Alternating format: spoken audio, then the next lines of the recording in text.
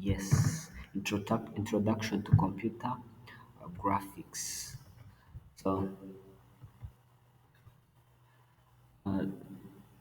like any person cyangwa se umuntu uwo ari we wese nyine afite amasenses, afite sense, barakwereka ifoto itasa neza nyine ukavuga ngo ntabwo nyine ngiri burawudi ntabwo igaragara neza, hari amakureri ukunda, hari ibintu ufungura ukabona birimo nk'amabara menshi ntubikunde, mbega ufite perceptives nyinshi zituma ukunda ikintu cyangwa ukacyanga bitewe na senses ufite either mu kumva, mu ku mu kureba cyane cyane kuko ibintu byinshi dukunda kudiringa nabyo ni amashapes tubona ku ma screens yacu, sibyo the shapes ubona kuri screen. So computer graphics, by definition, if we can start with it, the computer graphics can be defined in two ways depending on the circumstances. Iya mbere, the computer graphics is an art of drawing pictures, lines, charts, etc. using computers with the help of programming. Ni ugukoresha programming languages like C or C++, any kind of language, then ukabyifashisha uri kudrawinga shapes. Shape, it might be a square, a rectangle, chart iyo ari yo yose, cyangwa se no kugira gute no kudizayininga ifoto. Ikindi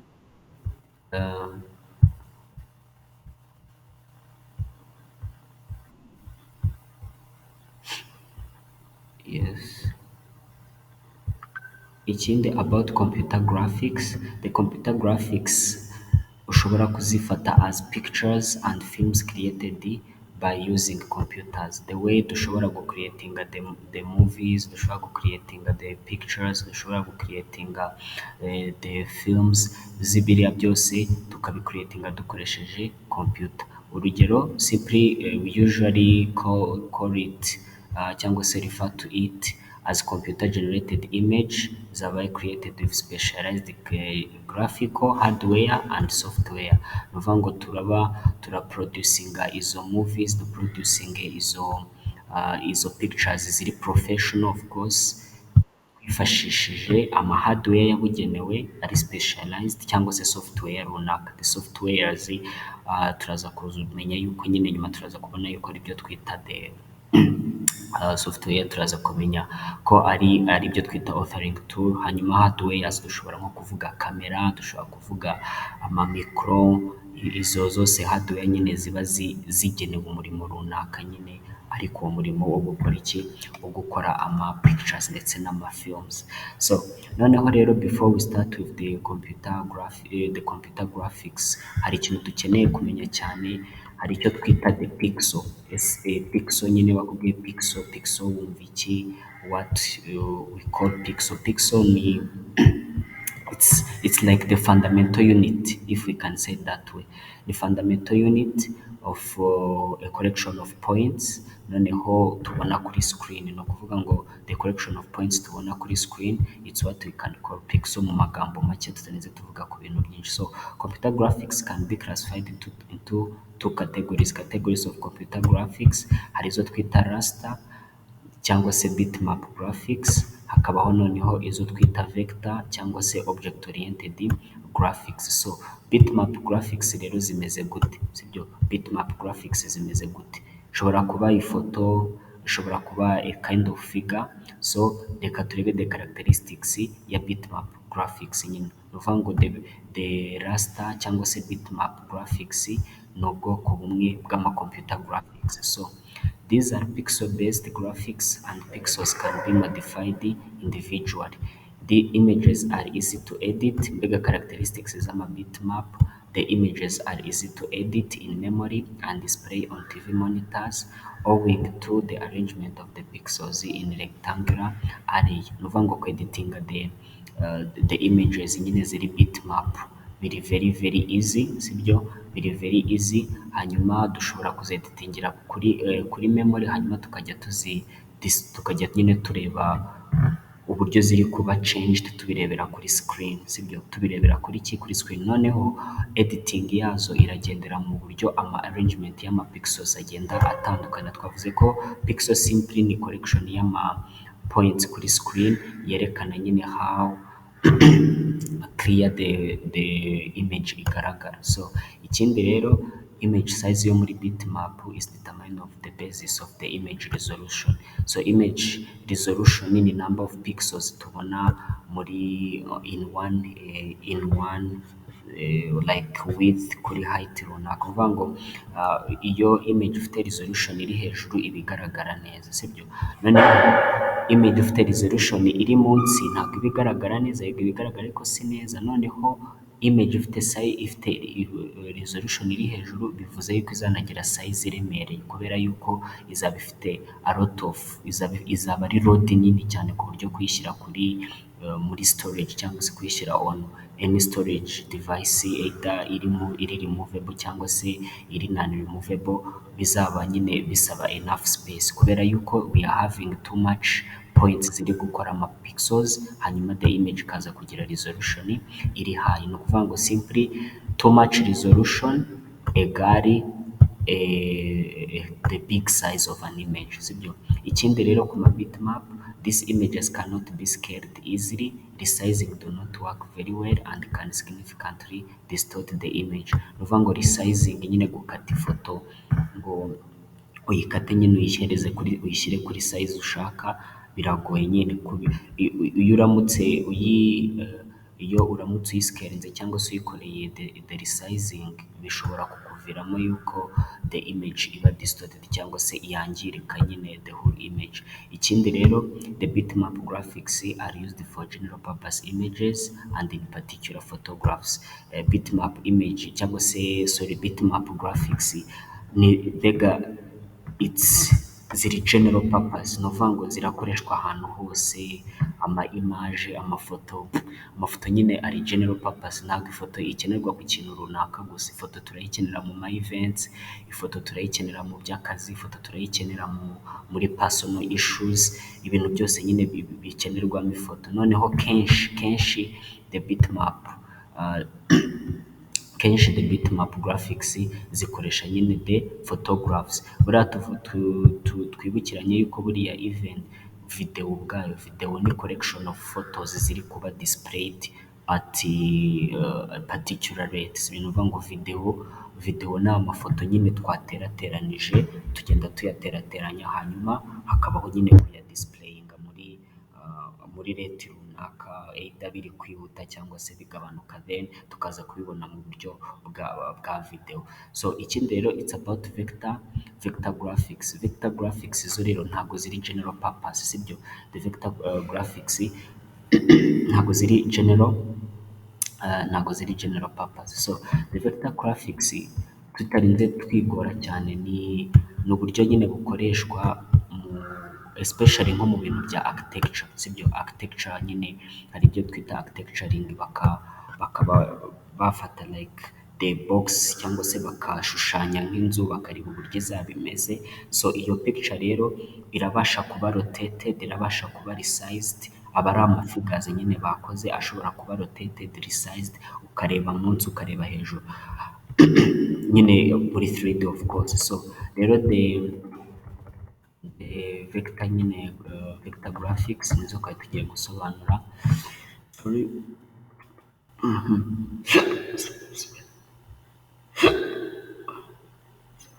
So the vector graphics are based images have smooth edges, sibyo, and therefore used to store images composed of lines.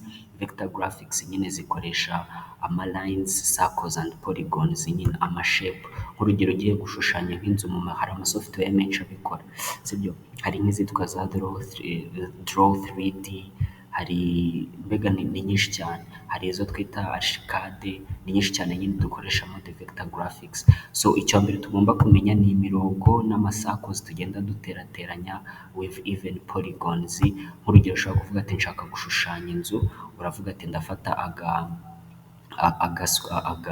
aga rectangle, hanyuma ku rectangle kiriho 2 lines, iri kuri angle runaka kugira ngo njye gukora igisenge, then nze gukora kuri track of the house nshyireho undi murongo. Urumva uri kugenda uterateranya lines and circles n'andi ma polygons atandukanye just to make a kind of image. So ikindi rero aya ma image ashobora kuba resized cyangwa se akaba scaled, sibyo? Ashobora kuba resized cyangwa se resized cyangwa se scaled is the same. Rescaled biba kuvuga rescaled and resized is the same thing. Ikindi noneho ashobora kuba rotated muri 3D. Kuba rotated muri 3D ushobora kureba mu ndiba y'ikintu, ukareba kuri top view cyangwa se icyo twita aerial view, ukareba side view, zose ushobora kuzireba. Ariko ifoto yo ntabwo wareba side view ngo urebe top view ngo urebe ngo bottom view ngo urebe hasi, no. Ibyo ngibyo niyo mpamvu rero tuzibara as the bitmap images cyangwa se the bitmap graphics. Ariko muri vector graphics ho ikintu ushobora kukirebera hejuru, munsi, mbega muri 3D ushobora kukirebera muri 3D ukakirotatinga uburyo bwose ushaka. Noneho rero they cannot easily accommodate complex images such as photographs where color information varies from pixel to pixel. Ni ukuvuga ngo zo ibintu nyine bya coloring si ingenzi cyane ku mafotogarafu. Urabizi ko photograph ikintu nyine buriya photograph itandukaniraho wenda n'izi vector images ni uko amabara yose wenda niba nk'amabara ari umutuku yose, ariko umutuku wijimye n'umutuku utijimye biratandukana. So ubwo buryo bitandukanamo rero biratandukana bigendeye from the pixels zibigize, sibyo? The pixels cyangwa se the number of pixels ziri kuri presentinga that red iri very dark and that ndetse na number of pixels ziri kuri presentinga that red iri light. So the vector graphics rero are well suited for graphs e.g. in spreadsheets and for scalable fonts. Urugero nka postscript fonts. Ni ukuvuga ngo the vector graphics ziri very suitable, zikoreshwa cyane mu gukora graph. The graph nyine, graph turabizi ko zikora ibintu byinshi, ziri presentinga the growth, ziri presentinga the decrease, ziri presentinga ibintu byinshi bitandukanye. Nk'urugero mu ma spreadsheet nyine yo muri Microsoft Excel n'ahandi hatandukanye. So ubwo rero ni ubwoko bubiri cyangwa se ni kategori ebyiri za computer graphics. Tubonyemo the raster cyangwa se bitmap graphics, hanyuma tubonamo n'ibyo twita the vector graphics. Noneho what do we call a model of an object, sibyo? Model of an object ni iki muri computer graphics? A model of an object is a physical representation that shows what it looks like or how it works. Ni ukuvuga ngo iyo umuntu avuze ngo nyereka model y'ikintu cyangwa se nyereka, mbega nibyo nyine nababwiraga muri vector graphics. Nk'iyo ugiye ntabwo abantu nyine bagenda ngo bahite bubaka inzu ako kanya. Iyo nzu ikeneye kubanza igakorerwa model, rero amasoftware akora nyine izo model niyo nyine uburyo abikoramo nyine yifashisha ibyo twita graphics. Nabibabwiye bivuga ngo iyo duterateranya ya masako, tugaterateranya ya mirongo, tugateranya ya masquare, ya ma rectangles, tuzaza kurangira nyine dufite iki? Bizaza kurangira dufite inzu yose muri rusange uburyo ikwiye kugaragara. So iyo nzu rero dufite uburyo ikwiye kugaragara niyo tuzita the model, sibyo? The model simply igaragaza the physical representation, uburyo nyine ikintu kizaba kigaragara, ikindi ikanerekana uburyo kizakora, sibyo? Ni ukuvuga ngo ufite model, ufite physical representation of something, even gusobanura uburyo kizakoramo, it's simple. So hari aba architect nyine ntabwo ari abangaba bubaka amazu gusa, n'aba architect bo muri technology barahari. Ni ukuvuga ngo niba bagiye nko gukora wenda tuvuge nk'aka device, wenda n'urugero nk'aka drone, mbere yuko bakadesigninga, it's better babanza bakakakorera model muri app nyine iri bukoreshe the vector graphics, bagakora model nyine y'uburyo kazaza kameze, uburyo kazaba gasa. So ubwo buryo rero kazaba gasa tuzaba dufite muri software yacu nibyo twita a model, niyo model y'iyo drone bazadukorera. Noneho icyo twita what is computer resolution? Computer resolution ngira ngo nkuko nabivuze ni namba y'amapixel, sibyo? uvuga ngo is the number of pixels cyangwa se pixels nabibabwiye yuko ni individual points of color sibyo, cyangwa se the points zose ziboneka kuri color runaka when they are displayed on the screen sibyo, ziri contained. So ni ukuvuga ngo iyo bavuze computer resolution is the number of pixels, umubare w'amapixel pixel contained on a display monitor expressed in terms of number of pixels on the horizontal axis to the number of pixels in the in the vertical axis. No ukuvuga ngo when I can show you something with kugira ngo mbereke like the pixel number points, they are actually the points.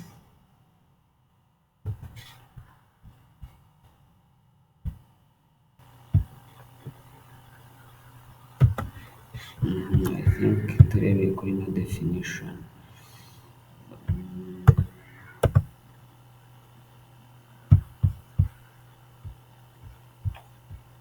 So uri kubona iyo ukomeje ukazuminga the image, ugakomeza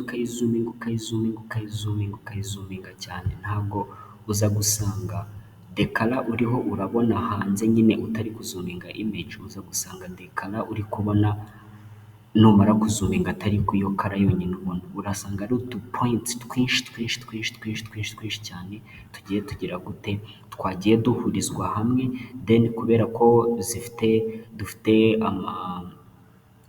kubera ko nyine utwo dupoints dufite umubare mwinshi, ubwo of course niba ari red, ubwo udupoints twinshi muri two turaba turi red, hanyuma bize kuduproducingira color runaka dufite. So noneho uwo mubare w'amapixels nyine agize color, cyangwa umubare w'amapoints agize color niyo twita pixels sibyo. Hanyuma rero computer revolution yo ni umubare w'amapixel sibyo, umubare w'amapixel noneho agize iki, ari kuboneka kuri display monitor cyangwa se ari kuboneka kuri screen, nk'iyi screen yanjye, the number of pixels zigenda ziboneka muri buri section. So kugira ngo rero tumenye the quantity cyangwa se tumenye how to measure the resolution, tuzambara the number of pixels ziri kuri vertical axis and the number of pixels ziri kuri horizontal axis sibyo, the number of pixels ziri kuri horizontal axis, then tuvuga ati this is the computer revolution cyangwa resolution cyangwa se this is the display resolution cyangwa se this is the resolution gusa. So noneho a pixel yo buriya pixel ku bantu biga nka biology, pixel ni nka seri y'ifoto, it's the smallest thing cyangwa se smallest element ishobora kugaragara kuri screen. So is the smallest element of a picture that can be represented is the smallest element of a picture that can be represented on the screen of a device like computer. Ni ukuvuga ngo it's like a smallest element, it's mbega nibyo nababwiraga, nukomeza ukazuminga the last thing uzageraho ni izi points zimeze nka gutya sibyo, how these points zimeze. So izi points rero zimeze nka gutya, the way uri buze kuzigeraho they will be appearing like pixels, so they will be the pixels actually. So noneho pixels per inch or pixels per centimeter ni measurement z'uburyo tumeasuringa the pixel density. Ni ukuvuga ngo kuri inch imwe cyangwa se kuri santimetero imwe hari amapixels angahe sibyo, kuri santimetero imwe hari pixels zingahe. So ubwo ni uburyo nituvuga wenda kuri santimetero imwe hari pixels let's say 1000 cyangwa se 20 cyangwa whatever, ubwo ngo tuzaba tumeasuringa icyo twita the pixel density cyangwa se even resolution still ni bimwe. So ni ukuvuga ngo rero the pixel density of an electronic image device such as computer monitor or television display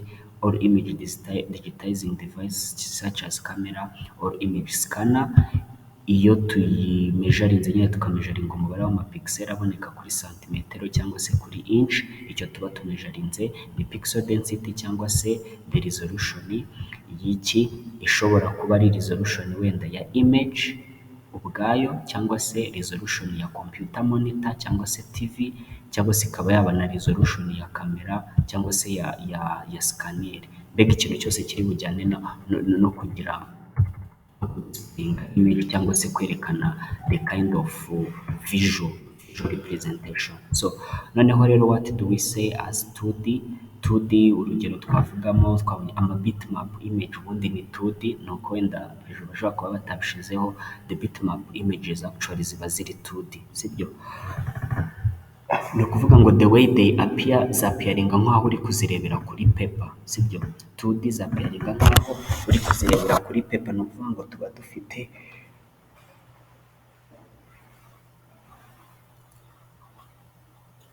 two axis, imwe twakita nka y indi tukayita nka x, imwe iri vertical indi ikaba iri horizontal byonyine. Ni ukuvuga ngo tuba turi kureba ikintu nk'aho kiri kuri paper, sibyo? Ni muri 2D aho ngaho. So the two-dimensional structures are also used in the construction of 3D objects. Ni ukuvuga ngo kugira mbere y'uko utangira gukoresha nyine the 3D birasaba kuba ufite the 2D things uri buze guteranya, sibyo? Ukaza ukazihuza zikaza kugufomingira ikintu kiri 3D. Ni ukuvuga ngo nk'urugero the rectangle shape is 2D, the line is 2D, a circle is 2D, ariko nuza guteranya two rectangle shapes ukashyiraho n'indi hejuru n'indi hasi birahita bidufomingira a 3D graphic cyangwa se a 3D object. So 3D rero graphics ari 3-dimensional computer graphics. 3-dimensional computer graphics bivuze yuko uraba ufite graph, kuri graph uraba ufite ama two axes, nani 3 axes, uraba ufite x, y ndetse na z, sibyo? Uraba ufite x, y ndetse na z. Ni ukuvuga ngo computer graphics or 3D computer graphics or 3-dimensional computer graphics, in contrast to 3D computer graphics, are graphics that use a 3-dimensional representation of geometric data, often Cartesian cyangwa se Cartesian, that is stored in the computer for the purpose of performing calculations and rendering 2D image. Ni ukuvuga ngo you can see nka 3D image nyine urabona wareba hejuru ukareba munsi ukareba kuri front, back, right and left. Ni ukuvuga ngo kiri 3D. 3D ubwo turaba dufite in both cyangwa se muri axis uko ari zingahe, uko ari eshatu. So noneho what is a color scheme? A color scheme simply tutigoye ni uburyo umuntu acuzinga amakara ari buze gukoresha muri media yiwe cyangwa se muri representation yiwe. Ni ukuvuga ngo color scheme is the choice of colors used in design for a range of media. A choice of colors nyine ushobora gukoresha mu gihe nyine uri muri ki uri wenda niba ari nka app uri kudesigninga cyangwa se niba ari anything uri kudesigninga ugacuzinga amakara runaka. I can give you an example hano. Uko mbona hano iri gutinda gufunguka, for example the app ndi kudesigninga mbega wewe ucuzinga amakara ukavuga ati niba urugero ngiye gukora ibintu bisa gutya cyangwa se gukora kudesigninga wenda posters wenda runaka, text wenda nzazigira wenda umweru, hanyuma background nyigire umukara, hanyuma wenda ama flowers nzayashira muri red color, noneho wenda the pictures nzazishyira muri frame ziri golden. Urumva wacuzinze color uri bukoresha ahantu hose. Ni ukuvuga ngo text zawe zose ziraba zisa umweru, background yawe yose iraba isa black, the flowers zawe zose uraba wazihaye that red color, frame y'amafoto yose iraba iri ndabona iri gutinda.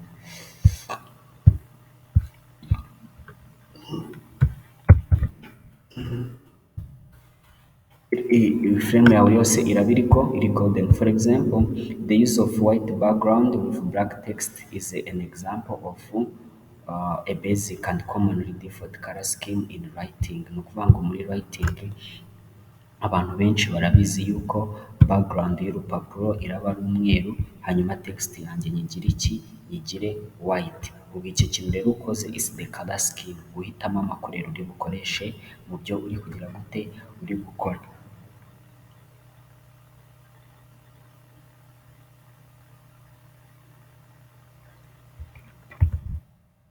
Noneho 8-bit color graphics is a method of storing image information. Reka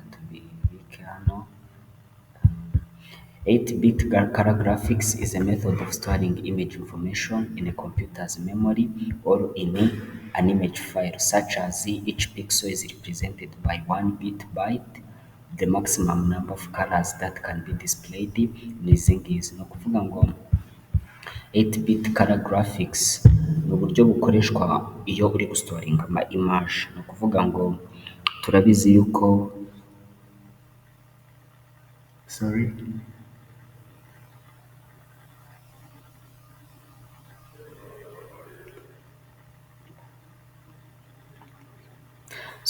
ni ukuvuga ngo ni uburyo bukoreshwa mu kugira ngo storing the image. Dukoresha rero ko buri pixel imwe iri bube represented by one byte, sibyo? Cyangwa se 1 byte turabizi ko iba igizwe n'amabiti 8, sibyo? Bit 8 turabizi ni ziriya representation, cyangwa se turabizi ko 1 bit is the smallest storage size, cyangwa se the smallest storage size muri computer. It's a bit. Rero iyo dufashe bit zikaba 8 duhita dukora icyo twita iki, duhita dukora a byte. Noneho ni ukuvuga ngo pixel imwe turajya tuyibika muri form ya byte imwe, sibyo? 1 pixel with 1 byte. Noneho bishatse kuvuga yuko rero the maximum number zishobora kuba represented, the maximum number of colors that can be displayed at one time. Ni ukuvuga ngo kuko twabitse nyine twabitse pixel imwe, sibyo? Kuko twabitse 1 pixel mbega pixel imwe tukayibika muri 1 byte, mbega muri byte imwe. Ibi byo mbega bishoboka yuko ama-colors dushobora kudisplayinga. Ni ukuvuga ngo turabizi ko bit ishobora kugirwa either na 0 cyangwa se 1. Ni ukuvuga ngo a presence of wenda red color cyangwa se absence of red color. Wenda tuvuge niba wenda bit itwaye the red color, hari possibility yo kuba red cyangwa se ikaba itari red, either 0 cyangwa 1.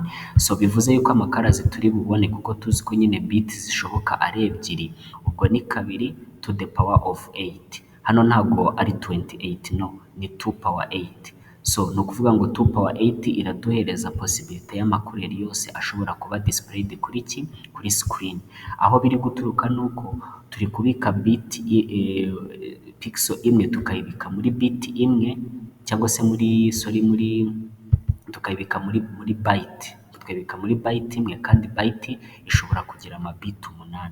Kandi nanone bit ifite possibility yo kuba iki, yo kuba either 0 cyangwa se 1, meaning presence or absence of a certain color. Noneho bivuze yuko amakureri ashobora kuboneka ari possible, nyine ashobora kuba displayed inshuro imwe mu gihe ufunguye image. Ni amakureri agera kuri 256, sibyo? Noneho the 16-bit color graphics ni ubundi buryo nabwo bwa storage, cyangwa se ni ubundi buryo bwo gustoringa ama image, ariko noneho ukoresheje iki, ukoresheje bit 16, sibyo? Ukoresheje bit 16, ubwo bivuze ko nyine ni amabyte 2. Is also called high color, is a method of storing image information in a computer's memory or in an image file, where computer and monitors can display as many as 2 power 16 colors, sibyo? Aho ushobora kudisplayinga amakureri agera kuri 2 power 16, kuko urumva tugize 16 bits, hanyuma a bit ushobora kuba 0 cyangwa 1, nubwo dufite 2 to the power of 16. Ni ukuvuga ngo aya ma-colors kuri image ibitswe mu buryo bwa 16-bit color graphic ishobora kugira gute, ishobora kuba kudisplayinga aya makureri yose 65,536 colors at a time ukifungura. Which is adequate for most users. Ibi rero image ibitse gutyo, cyangwa se image ya 16-bit color graphics, yo urumva iba imeze neza, nyine iba igaragara neza. Urumva ayo makureri yose ni menshi, urumva 16 bit color graphics ifite nyine igaragara neza kurusha 8 bit, nawe urabyumva. So each pixel rero is represented by 2 bytes, aribyo twavugaga, bishatse kuvuga nyine ubwo ni amabytes, ni amabiti 16, but some devices also support 15-bit high color. However, a graphic intensive video games and high resolution video can benefit from and take advantage of high color depths. Ni ukuvuga ngo ama video games dushobora gukoresha the storage method ya 16-bit color graphics kubera ko ziba zifite resolution iri hejuru. So noneho rero 32-bit color graphics nawe urabyumva, ubwo niba bivuze ngo ni 32 bise bivuga ngo ni 8 times 4, kugira ngo tubone 32 bivuze ko ni ukubika noneho mu mabit angahe, mu mabyte 4, mu mabyte 4, ni ukuvuga ngo urabika mu mabyte 4, aho buri pixel imwe iraba iri displayed as 4 bytes. Then bivuze ko dushobora kubona amakara 2 to the power of 32 bize kuduha amakara angana na miliyoni zingahe zose, sibyo? Bivuga ngo the 32-bit color graphics urumva noneho nayo iba igaragara neza cyane noneho kurusha 16 and whatever. So ni ukuvuga ngo color scheme tumenye icyo ari cyo, ni kuri ucuzinga amakureri nyine ugiye kudesigninga a media, 8-bit color graphics, 16-bit color graphics and 32 color graphics nazo turazumvishe izi image storing methods. 8-bit ni ukukipinga pixel imwe kuri byte imwe, 16-bit ni ukukipinga pixel imwe kuri byte ebyiri, noneho 32 ni ukukipinga pixel imwe kuri bytes zingahe, enye. Noneho rero what do we call cyangwa se what is the term cyangwa se term ya isobanura cyangwa se ivuga kuri term ivuga kuri image compression, sibyo? Cyangwa se umuntu akoresha what is image compression? Simply image compression tutarinze twigora is the way of minimizing the size, ni ukugabanya the size of the image, ugabanya nyine the number of bytes ifite without degrading the quality, ariko utishe karite yayo to an acceptable level, mbega utishe karite ku buryo yagera ahantu ngo n'umuntu nyine ntabashe kumenya n'ibintu biri muri iyo image, sibyo? So ni ukuvuga ngo iyo bakubwiye ati image compression is the art cyangwa se is the method of minimizing the size in bytes of a graphic file. A graphic file ishobora kuba image, ishobora kuba video, ishobora kuba graphic, nyine ni ibintu byose biri visual, sibyo? Ishobora kuba that video, ishobora kuba that image, ishobora kuba the vector image. Rero kubigabanyiriza size yabyo mu mabytes, ariko ku buryo bitari buze kwica karite yayo kugeza aho nyine ibaye distorted cyangwa se iba ipfuye 100%, icyo gihe tuzavuga ko dukoze image compression. So compression tools rero ni nyinshi, hari izo twita za WinRAR, hari ama compression tools ni menshi cyane. So the reduction in file size allows more image to be stored in a given amount of disk or memory space. Ni ukuvuga ngo nudiviza size ya file nyine urumva iratwara umwanya mutoya, nawe urabyumva. So it also reduces the time required for images to be sent. Ikindi iyo wakoze compression ya image cyangwa se compression ya graphic yawe, bituma itaza gutwara umwanya munini uri mu gihe uri kugira gute, uri kuyisending, sibyo? When you are sending it ntabwo bitwara umwanya munini kubera yuko iba ifite nyine na size ntoya, birumvikana. So noneho yes, know an image file size and dimensions before or after uploading it into the library. Ni ukuvuga ngo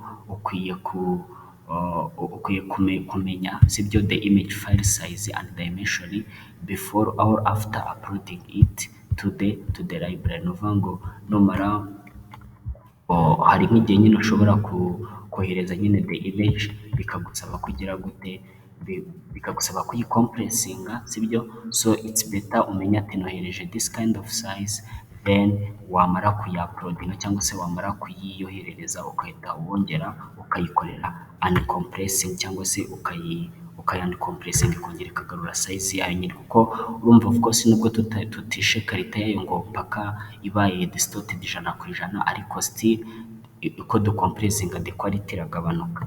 So determination of an image size and dimensions, ni ukuvuga ngo determination of an image file size and dimensions differs according to the operating system being used. Ni ukuvuga ngo kugira ngo umenye dimension ya image yawe, cyangwa se umenye uburyo image yawe ingana na size yayo, muri size ubwo ni mu mabytes, hanyuma dimension nyine ni mu mapixels, kuri height ndetse na width nyine.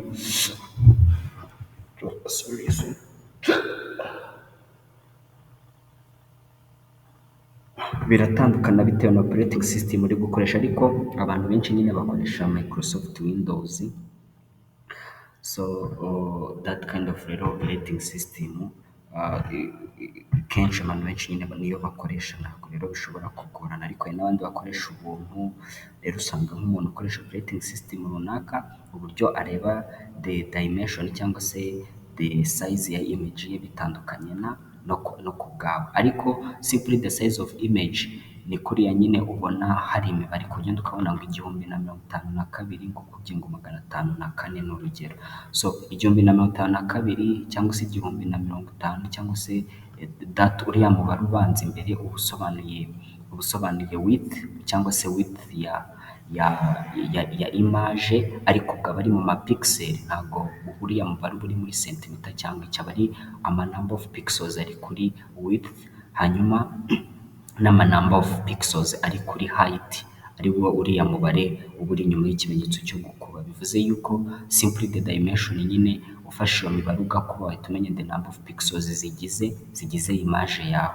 So the determination of an image file size and the dimensions differs according to the operation, cyangwa se according to the operating system being used. Bitewe na operating system uri gukoresha, dimensions ziragenda zihinduka. On Microsoft Windows computers, kugira ngo nyine ubibone ukoresheje Microsoft Windows computers, ushobora gufungura image muri Windows Explorer to check dimensions and file size by clicking the Windows Start button on the Start taskbar after opening the folder containing the image. Right clicking at the icon of the image file, and in the pop-up menu, click on the property and details. The result will look like below. Do I have the image to show you?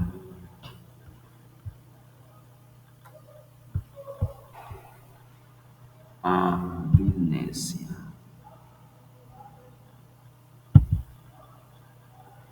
I do have some pictures in one. Okay, I can choose randomly any picture. Urakora right click,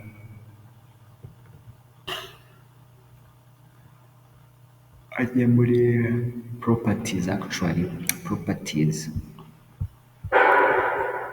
Numara kujya muri properties, I think you are seeing kuri hari bino biri general isobanura the file cyangwa se the file type of the image, bakasobanura nyine the kind of app ifungurirwamo that file, hanyuma size mu mabit, sibyo mu mabytes, noneho na size yokipa kuri disk, hanyuma ibindi n'igihe yakorewe, igihe nyine nayifatiye iyo image, ibindi n'ibijyanye na security and whatever. Noneho kugira ngo nyine umenye the dimension of the picture, urajya muri details. So the details zanjye hano nindeba kuri image, ndasanga image yanjye ifite dimension ya 400 times 230. Nababwiye ko umubare wa mbere uvuze width mu mapixels, uyu mubare wa kabiri ukavuga height. Ni ukuvuga ngo image yanjye ifite pixels 400 kuri width, hanyuma ikagira pixels 230 kuri height, sibyo? Hanyuma rero ibindi it's about resolution, sibyo? Ibindi it's about resolution ya 96 per inch, sibyo? Density per inch, density of pixels per inch. Hano turi kureba kuri inch kuko it's an American American notation, ntabwo babishyira muri centimeters. So nibyo ngibyo rero batubwiraga how you can see the dimension of the picture. So noneho rero how do we calculate, sibyo, how do we calculate cyangwa se calculating the size of an uncompressed image file, gucalculatinga nyine size ya image file utari wakorera compressing, nyine itari yaba compressed cyangwa se wanayikoreye uncompression nyine, sibyo. So a byte is a byte, sorry, a byte is a unit of storage in computing. Ni ukuvuga ngo byte nyine niyo unit of storage, nicyo kintu nyine tugenderaho tuvuga nyine the storage of a thing muri computing. And unfortunately a byte isn't big enough. Ni ukuvuga ngo ikibazo gihari ni uko byte itari nini cyane ku buryo ishobora guholdinga the pixels worth of information. Ni ukuvuga ngo ukuntu byte iri ntoya ntago bihagije kuba yasobanura nyine uburyo pixel cyangwa se how pixel ingana cyangwa se the size of the pixel ubigendeye kuri byte. So niyo mpamvu bisaba yuko byibura 2 or 3 bytes zikoreshwa kugira ngo tube twakora 1 pixel of a color image, sibyo. Dukenera like 2 or 3 cyangwa se even na 4, hariya twabibonye 2 or 3 cyangwa se even na 4 kugira ngo dukore 1 pixel of a color image. So the pixels in the image store a color at a given point in the image. No kuvuga ngo kuri buri point ya image agapixel kaba gahari gasitoringa nyine color, ikara iri aho hantu, sibyo. But it takes 2 or 3 bytes of storage to record this value, kugira ngo iyi value pixel iri kubika nyine ya image. Ni ukuvuga ngo niba image isa umutuku n'umweru, it's an example, sibyo. Niba isa umutuku n'umweru, agapoint k'ahantu ku mutuku, somewhere ku mutuku, agapoint gahari kaba kabitse nyine that kind of color. So iyo color rero kugira ngo ize kuba stored neza nyine muri computer bisaba byibura amabytes 3 yo muri storage yawe, sibyo, bytes 3 zo muri storage yawe. So if we consider 3 bytes of storage, the file size of a color image is file size nyine duconsider yuko wenda buri pixel iri kubika iri kugenda ibika nyine ibintu muri bytes 3. Ni ukuvuga ngo kugira ngo tumenye the size of an image bisaba gufata ya dimension, ubwo ni width times height, hanyuma tugakuba amabytes bizibikamo, sibyo. Ni ukuvuga ngo tugahita tumenya yuko the size of our image ingana na kangahe n'umubare uriya, sibyo, that 300 whatever. Ariko hano nyine they took an example, you understand, sibyo. Weho biravaringana n'uza yawe. Nk'urugero twebwe kuri ya image yacu twari dufite, ubwo kugira ngo tumenye byibura size ino bit iri buze kugira ino image iri buze kugira, twafata 400 tugakuba 230, hanyuma tugakuba 3 nyine, kuko 3 it's like being niwo mubare nyine kenshi kugira gute ukoreshwa. So noneho but this is a big number, so kugira ngo nyine bino bintu tubashe kubyumva neza, uno mubare ntiwawufata mu mutwe, bikeneye yuko amabytes tuyashyira muri megabytes. So turabizi yuko megabyte imwe igizwe n'amabytes 1024, sibyo, kuko tuzi yuko 2 to the power of 10 bingana n'1024. So noneho ubwo ni aya mabyte agana gutyo niyo akoze kilobyte, hanyuma kilobyte nazo zingana gutya nizo zikoze megabyte. So ni ukuvuga ngo rero dushatse kubihindura muri megabyte twagira gute, twadiviza, sibyo, tukadiviza ubwo dushatse gushyira muri kilobyte twadiviza 1024, dushatse gushyira muri megabyte twakongera tukadiviza ibyo tubonye, tukabikongera nabyo tukabidiviza n'1024. So ni ukuvuga ngo nk'urugero kuri no picture yacu the size yayo twabonye ni amakilobyte 35, sibyo, ni amakilobyte 35. So hano rero dushobora no kugira gute no kumenya the number of pixels ziba stored, sibyo. Hano I can even use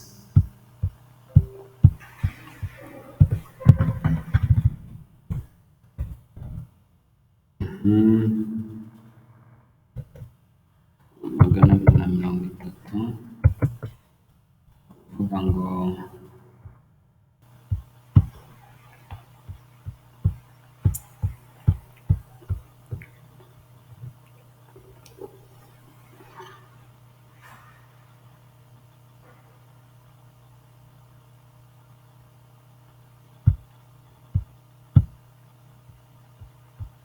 yes, ibihumbi mirongo icyenda na bibiri sibyo, hanyuma nufata ukabikuba nabyo wenda na gatatu, it's an example, turabona bino, hanyuma nitudiviza igihumbi na makumyabiri na kane, turabona ni muri kilobyte, hanyuma ubwo mpita mbona yuko iriya ibitse tubona ko image yacu iri gukoresha the form ya 2 bytes, ubwo reka arizo kuko ntabwo turi informed the form ikoresha, so reka twebwe dukoreshe 400 dukubye 230 biduhereza yego, then dukubye kabiri, yes, then we divide igihumbi na makumyabiri na kane just to see if yego the size iratubera this in kilobyte, the pixels turi bugire muri kilobyte, hanyuma nidushaka kumenya muri megabyte turadiviza nanone 24 niba iri kept muri ubu buryo, igihumbi na makumyabiri, yes, igihumbi na makumyabiri, yes, igihumbi na makumyabiri na kane, then yes, so that's how you use it. Ni ukuvuga ngo ukeneye kumenya iki, ukeneye kumenya the height muri pixels, ukamenya the height muri pixels, ukamenya width muri pixels, everything, hanyuma ukakuba n'umubare w'amabytes twabitsemo, deja niba ushaka kubishyira muri kilobyte cyangwa se ushaka kubishyira muri megabyte, then you divide. So noneho rero what is the graphics format cyangwa se the graphics file format, ujya ubona nyine nka image uyidownloadinze cyangwa se ugiye kuyikoresha ukabona handitseho ngo TIFF, GPG, GIF, PNG n'ibindi byinshi bitandukanye. Twibukiranye ko the extension cyangwa se the file format ni nyinshi, sibyo? File format ni nyinshi cyane, ntabwo ari nkeya, nyine ni nyinshi pe. Ni ukuvuga ngo rero duhereye kuri file format ya mbere, sibyo, ariko the main formats nyine ni eshanu. The file format ya mbere yitwa TIFF stands for tagged image file format, sibyo, tagged image file format. So the TIFF images create very large file sizes. TIFF images are uncompressed and thus contain a lot of detailed image data, which is why the files are so big. TIFFs aba ari manini cyane, sibyo, kubera yuko kenshi ntabwo aba ari uncompressed. So are also extremely flexible in terms of color. They can be grayscale, mbega kuba flexible in terms of color, ziba zifite colors menshi cyane, sibyo. So and content layers, image ndetse n'amatags. So TIFF rero is the most common file type used in photo software such as Photoshop. TIFF nyine irakoreshwa nyine mu ma photo software nk'urugero za Photoshop, as well as page layout software nk'izo twita Quark, InDesign. Again, because TIFF contains a lot of image data, impamvu nyine TIFF ariyo iba preferred cyane gukoreshwa muri ano software nuko iba iri large. Kuba large rero bivuze yuko icontaininze more image data kurusha izindi image files. Hanyuma GPEG stands for Joint Photographic Expert Group, sibyo, Joint Photographic Expert Group, which created this standard for this type of image formatting. GPT files are images that have been compressed to store. Ni ukuvuga ngo ama GPEG kenshi ni nayo ma image aba ari matoya sibyo, aba ari matoya nyine muri size, hanyuma aba yarabaye compressed kugira ngo asitoringe information ariko nyine muri iyo form yo kuba ari matoya of course. So most digital cameras digital biga zirakoreshwa cyane, most digital cameras stores photos in GPEG format, because then you can take more photos on one camera card that you can with other than you can with other formats. Ni ukuvuga ngo iyo uri gukoresha amafoto ari GPEG uri nko gufotora, ubasha gufotora amafoto menshi kurusha uko wabikora wenda uri gufotora amafoto ari muri extension ya TIFF. Ni ukuvuga ngo rero deja kamera zihita zishyirwa muri format ya GPEG kugira ngo ubashe kugira gute gufata nyine amafoto menshi, kubera ko GPEG ubwayo ziba ziri compressed, the size y'ama image ibiri ntoya. So noneho what is GIF? GIF ubundi hagarariye graphic interface format, GIF cyangwa se GIF ni graphic interface format. This format compresses image but as different from GPEG, the compression is lossless. The detail is lost in the compression but the file can't be made as small as GPEG. Ni ukuvuga ngo ama GIF aba ari somehow nayo aba ari compressed sava, hari compression buriya zigira ubwoko bubiri, ni uko wenda batabisobanuye, hari iyo twita lossy ndetse na lossless. Lossless compression ni igihe ucompressinze image hakabaho loss of brilliant cyangwa se loss of fundamental cyangwa se the loss of main details zo ku ifoto, hanyuma cyangwa se za graphics, hanyuma lossless ho there is no details, ntago zibura nyine, iz'ingenzi ntago zibura, uho igihinduka ni size yonyine nyine igabanuka. So rero the GPG, the GIF nazo aba ari ama image ari compressed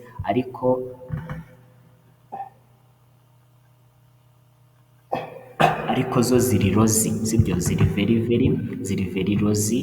Ni ukuvuga ngo zo nyine ama information amwe n'amwe agenda abura, even na resolution ihinduka cyane bikagaragara. Hanyuma rero PNG stands for portable network graphics sibyo, PNG stands for portable network graphics. It was created as an open format to replace GIF because the patent for GIF was owned by one company and nobody else wanted to pay license fees. It also allows for a full range of color and better compression. Ni ukuvuga ngo PNG yakozwe kugira ngo isimbure GIF, hanyuma nayo ni compressed file sibyo, ni compressed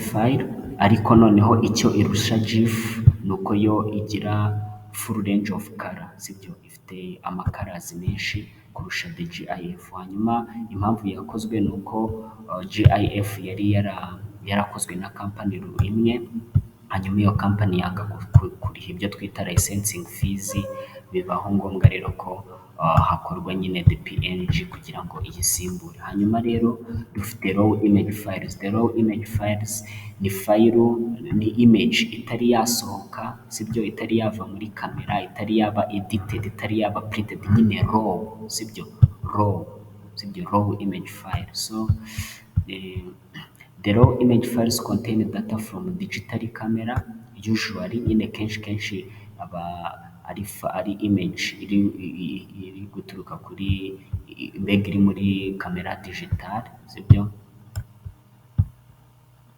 Yego, the files are called raw because, impamvu tuzita raw, because they have not been processed and therefore cannot be edited or printed yet. Ni ukuvuga ngo ntabwo zari zaba processed, ntabwo twari twazi-editinga, ntabwo twari twazi-printinga. So there are a lot of different raw formats. Each camera company often has its own proprietary format. Ni ukuvuga ngo amoko menshi ya raw image formats, raw image files ni menshi, buri company yagiye ikora kamera nyine yikorera nyine format yayo yishakira. So raw files usually contain a vast amount of data that is uncompressed. Ni ukuvuga ngo raw image file icontaininze data nyinshi cyane zitari zaba compressed. Because of this, the size of a raw file is extremely large, sibyo? Kubera nyine uburyo ziba zicontaininze amadata menshi, size ya raw image file iba iri very large. Usually they are converted to TIFF before editing and color correcting. Ni ukuvuga ngo turabanza tuzikonvatinge muri TIFF, noneho duhite nyine dutangira kuzikorera color correcting ndetse na editing. So bivuze yuko the raw image file yo ubwayo ntabwo yaba edited, sibyo? Kugira ngo ibe edited cyangwa se ibe even printed out, igomba kujyanwa hehe? Igomba kubanza ikaba converted, igahindurwa TIFF. So rero what are the image capturing tools? Image capturing tools ni nyinshi. Hari digital camera, of course. A digital camera, digital camera is a camera which produces digital images that can be stored in a computer and displayed on screen. Ni ukuvuga ngo iraduhereza ama image ari digitale ashobora kuba stored, hanyuma akaba yanaba displayed kuri screen. It records and stores photographic images in digital format. These stored images can be uploaded to a computer immediately or stored in the camera to be uploaded into a computer or printer later. Ni ukuvuga ngo birashoboka yuko nyine tuzibika for a certain time, then tukahita tuzohereza nyine muri tukaza kuzohereza muri computer cyangwa se muri printer nyuma. Ariko binashoboka yuko deje ushobora gukoresha kamera, image zifata zihita zijya muri computer nyirizina. So rero digital camera parts, ibice bigize kamera ni ibihe? Ni byinshi cyane, sibyo? Ni byinshi ariko hari byinshi by'ingenzi, sibyo? Hari iby'ingenzi, hari lens of course nyine niyo idufasha gufata amafoto, sibyo? Iyo uri kuzuminga in ndetse na out, ni lens uba uri kwigiza imbere n'inyuma. So the digital camera parts, icya mbere ni lens. The light enters through the lens, nyine light, urumuri rwinjira muri lens, and this is where the photo process begins. Mbega ubwo tutangiye gufata ifoto muri nkaho bitangiye. So noneho ikindi nicyo twita viewfinder. Viewfinder can be found on all digital single lens reflex cameras, DSLR, and some models of digital compacts. It will be the main visual source of image taking, but many of today's digital compacts have replaced the typical viewfinder with liquid crystal display cyangwa se LCD screen. The viewfinder nyine ni hahandi umuntu ashyira akajisho nyine yari gukamera na kamera, ariko kuri ubu ngubu nyine amakamera menshi asigaye asohoka, aho kugira ngo nyine baguhe space yo gushyiramo ijisho, they give you the screen. Noneho wowe ujya ureba ibintu uri kurebera kuri screen, sibyo? Ibintu nyine ugiye gufotora ubere kuri screen, ntabwo yego na kariya ka viewfinder gashobora kuba gahari, ushobora gushyiramo ijisho, ariko it's not that necessary kugira ngo ufotore ngo ubanze gushyira ijisho muri viewfinder. Ushobora no kurebera ku ga screen kari imbere nyine kuri kamera, you understand? So rero iriya screen nyine niyo twita liquid crystal display cyangwa se LCD screen. So noneho what about the body? The body is the main portion of the camera, and bodies can be a number of different shapes and size. Bodies nyine ni just how the camera imeze, sibyo? Ni ukuvuga ngo bitewe, of course body ya kamera biraterwa n'uburyo imeze, n'akazi izakora, na capacity and whatever. So bisaba rero yuko that body igira gute, ihabwa nyine shape runaka. Hari n'igihe kamera ishobora kuba ari gatoya rwose ku buryo bagashyira no mu mufuka, hari n'igihe nyine rwaba ari runini ku buryo no kurushyigura ngo ruterure muza mu bibiri. So the body rero is the main part.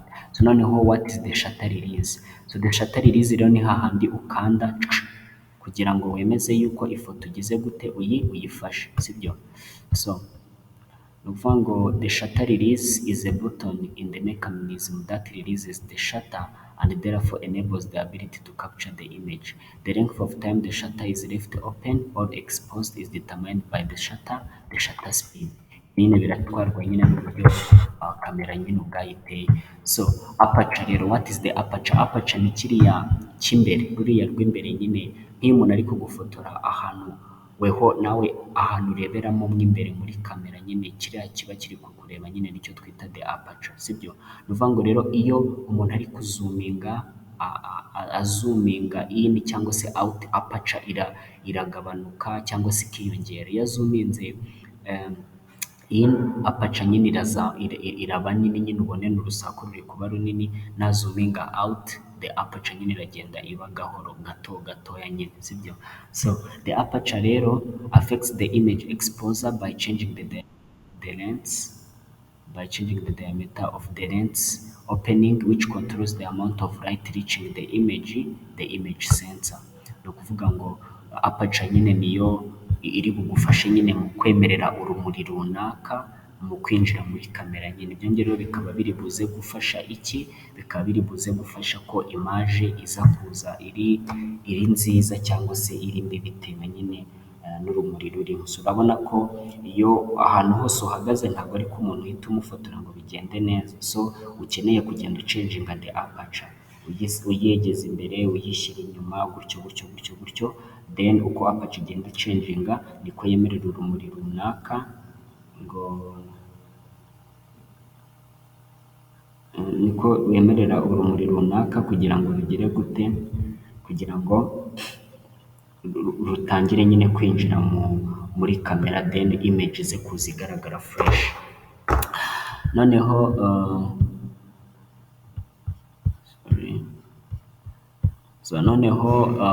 ikindi ni it's about image sensor. The image sensor converts the optical image to an electronic signal which is then sent to the memory card. Ni ukuvuga ngo deja numara gukora image yawe nyine, numara gufotora wakomeje gufotora nyine wemeje wakanze kuri shutter release, then the image hazaba hari icyo twita the image sensor izahita ifata image ikayikonvatinga muri electric signal cyangwa se electronic signal, arizo zizagenda zikayibika nyine kuri memory card, sibyo? Ifoto nyine ikajya kuri memory card ariko mu buryo bwa electronic signals. So there are two main types of image sensors.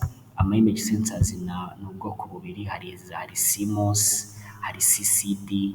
So they are used in most digital cameras. Hari iyo twita complementary metal oxide semiconductor, ariyo twita CMOS, hanyuma and charge coupled device, sibyo? Charge coupled device, sibyo? Coupled device. Both forms of the sensor accomplish the same task but each has a different method of performance.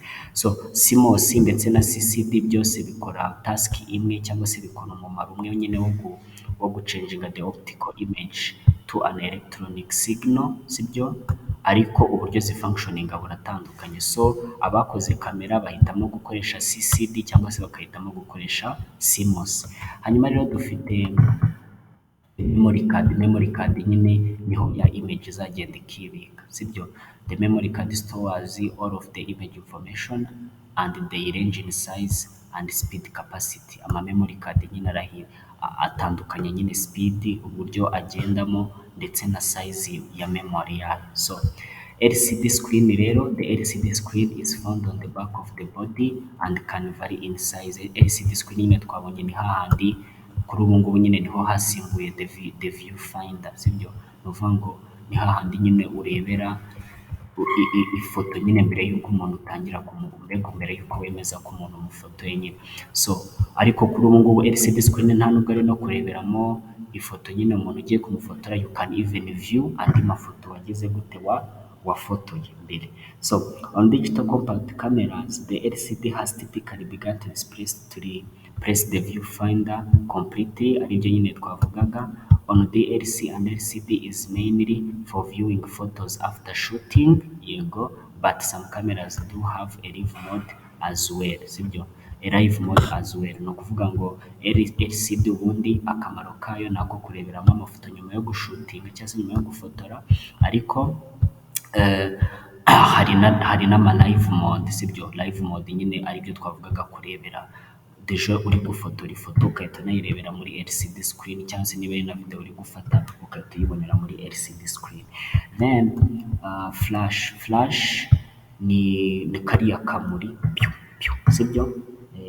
Kariya kamuri. So flash ikintu ikenerwaho ni ukongerera nyine urumuri nk'ikintu uri gufotora nyine. Ushobora kuba uri nk'ahantu nyine hari dim light, hatari urumuri ruhagije, then bikagusaba yuko ugira gute, bikagusaba yuko nyine ufotora, cyangwa nandi bikagusaba ko ukubita flash kugira ngo ubashe kugira gute, ubashe kongerera urumuri nyine image kugira ngo ize kuza igaragara neza. So rero dufite icyo twita the user controls. User controls ni andi mabuto atandukanye aboneka kuri kamera, kuko kamera ziri professional mode ufotoramo umuntu uri muri siporo, ntabwo ariyo mode ufotoramo. Okay, nigeze mfotoraho muri secondaire. Hari amaportrait, hari sport, hari ibyo twita sport nk'umuntu ni gute wafotora nk'umuntu ari gusimbuka ariko ntibize biri flow, ku buryo uri bumufate picture nyine akaguma ari yazamutse ari muri movement, nta nubwo ari kuri kumufotora ariko ifoto ikaza itari flow. So rero usanga nko ku makamera amwe n'amwe harimo sport mode, sibyo? The sport mode. So rero ibyo byose birakorwa muri birakorwa ku cyo twita user controls, even n'ama settings n'ibindi byinshi bitandukanye mbega ushobora gukora kuri kamera, uhindura ama modes, ushyira muri auto, ushyira muri manual, mbega bitewe n'uburyo kamera iteye, mbega n'ubushobozi kamera ifite. Ibyo byose nyine biravaringa, ariko ibyo byose nyine ndabikorera ku mabuto atandukanye ariyo twita user controls. So noneho uburyo nyine ushobora kwipotinga the picture ukoresheje USB, ntabwo tubijyamo, I think all of you know. Kuvuga ngo ukeneye gufata kamera ugacomekaho USB, ukayicomeka, noneho USB ukayicomeka kuri kamera, ukayicomeka ku mashini, hanyuma urahita warowinga ko ufungura that camera, then uyibone, urayibona rero as a storage device, hanyuma ujye muri kamera ufungura amafoto urahita uyabona. So what is a scanner? Scanner nyine ni ubundi buryo ushobora gufatamo image ya dokima, sibyo? Cyangwa se y'amamagazine n'ibindi bitandukanye. A scanner is an electronic device which can capture images from physical items, printed text, handwriting, photographic prints, posters, magazine pages, and similar sources, and converts them into digital formats. Ni ukuvuga ngo nshobora kuba mfite ikintu, nshobora kuba mfite nk'ifoto, okay, nshobora kuba mfite nka dokima iri hard, nkashaka ko iyo dokima nyine nza kuyibona nyine iri soft cyangwa se iri electronic. Kugira ngo rero nyibone iri electronic binsaba gukoresha even a scanner. Scanner nyine ikagifata kiri physical, ikahita nyine ikizana muri mashini kiri electronic. So amapati rero agize scanner dufiteho eshanu. Hari start button, copy button, scan to email button, scan to web button, scanner cover. Sibyo? Scanner cover nyine urabizi ko iyo ugiye gusikana uroherezamo ikintu, niba ari nka dokima uyishyiremo, uyipresinge neza, hanyuma uyikavaringe. So uretse yuko nyine scanner kuri ubu ngubu inyinshi barazigize bazihuje nyine n'amafotokopiyeze, sibyo? Abantu nyine basigaye bafata fotokopiyeze na scanner nyine byose bakabihuriza hamwe, bamara kubihuriza hamwe bakahita nyine bakigira all in one, sibyo? They start to make it all in one, then igakoreshwa. So rero biragoye kuri ubu ngubu nyine kugenda ngo ugure scanner gusa kandi ukeneye no gukora copy no kugira gute, aho kugura all in one nyine irimo scanner, irimo na photocopia n'ibindi bitandukanye. So izindi rero ni ama authoring tools. The authoring tools ni nyinshi, hano bahisemo gukoresha za Photoshop. Unfortunately I don't have Photoshop on my computer, ariko I have other design tools maybe twazakoresha ejo cyangwa se ikindi gihe I don't know, noneho tukazareba ibyo ari byo. So like the main thing muri computer graphics nyine twabibonye uko twavuga sibyo, main thing muri computer graphics twabibonye ibiri main, ibindi nyine it's like practical cyangwa se n'ibiri practical nyine umuntu ashobora kugira ngo ashobora gushyira muri session y'ubutaha. So thank you so much for joining me today. I think I will give you an appointment of another time which you can use, kandi mwakoze cyane.